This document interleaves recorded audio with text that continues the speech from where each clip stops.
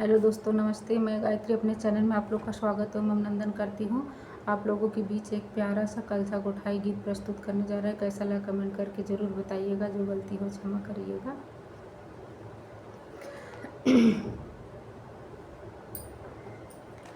भैया काऊ देव कलसा गोठाई त कलसा भराई हो। भैया काऊ देव कलसा कै भराई त कलसा कै गोठाई हो। बहिनी दई देबै पाँव के पायलिया भायनवा के तोड़न भायनवा के तोड़न हो।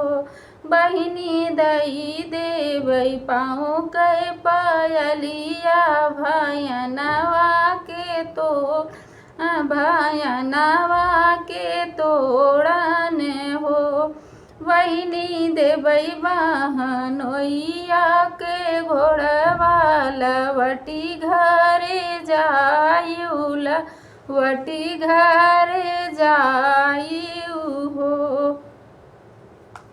बहिनी घरवा में भैया भीतर भैले भीतरा से नहीं निकलई भीतरा से नहीं निकलई हो। भीतरा से निकली भौजैया ननद से अरज कर नंदी से अरज कर हो। बहिनी भीतरा से निकली भौजैया ननद से अरज कर नंदी से अरज कर हो।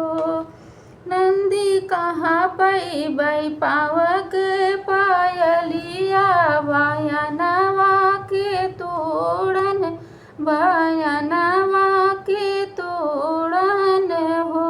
नंदी कहाँ पौबै चढ़ल घोड़वा लवटी घरे जायू लवटी घरे जात्यू। नंदी कहाँ पैबै चढ़ल घोड़वा लवटी घरे जात्यू लवटी घरे जात्यू हो। सुसकत उठली नदिया हिचकत भायनवा हिचकत भायनवा हो।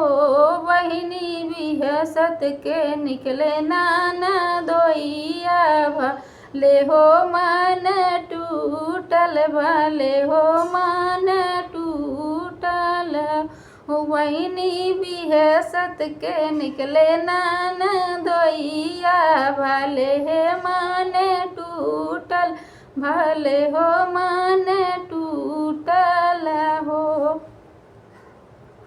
जिन धाना रोआय जिन सुधाना सुसकऊ तोहि देबै हाथ के घड़िया वाला लन वाक तोड़न ललन वाके तोड़न हो। धन अपना के लेबै हम घोड़वा लवटी घरे चलबै लवटी घरे चलबै हो। धन अपना के लेबै हम घोड़वा लवटी घरे चलबै लवटी घरे चलबै हो। मोरे पीछावरवा सोनरवा सोनर भैया मितवा सोनर भैया मितवा हो। सोनरा सोनवा के गड़ी द कंगनवा नदिया मनऊ बैन नदिया मनई हो। सोनरा सोनवा के गड़ी द कंगनवा नदिया मनऊ बैन नदिया मनई हो।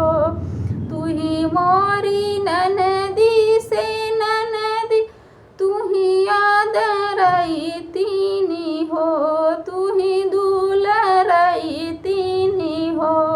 ननदी चली चल तू अपन नैहरवा, कलसा फिर से गोठाऊँ, कलसा फिर से गोठाऊँ हो। कंगना ने गवाले तू, कंगना ने गवाले तू, बना रहा है भौजी नैहर तब तुहारे सोहगवा हो, तुहारो सोहगवा हो। बना रहा है भौजी नैहरवा त तोहरो सुहागवा, त तोहरो सुहागवानु हो। भौजी बना रहा है बिरना हमार तने गहमा ले भतीजे के बियाहवा, भतीजे के बियाहवानु हो। भौजी बना रहा है बिरना हमार तने गहमा ले भतीजे के बियाहवा, भतीजे के बियाहवा में हो।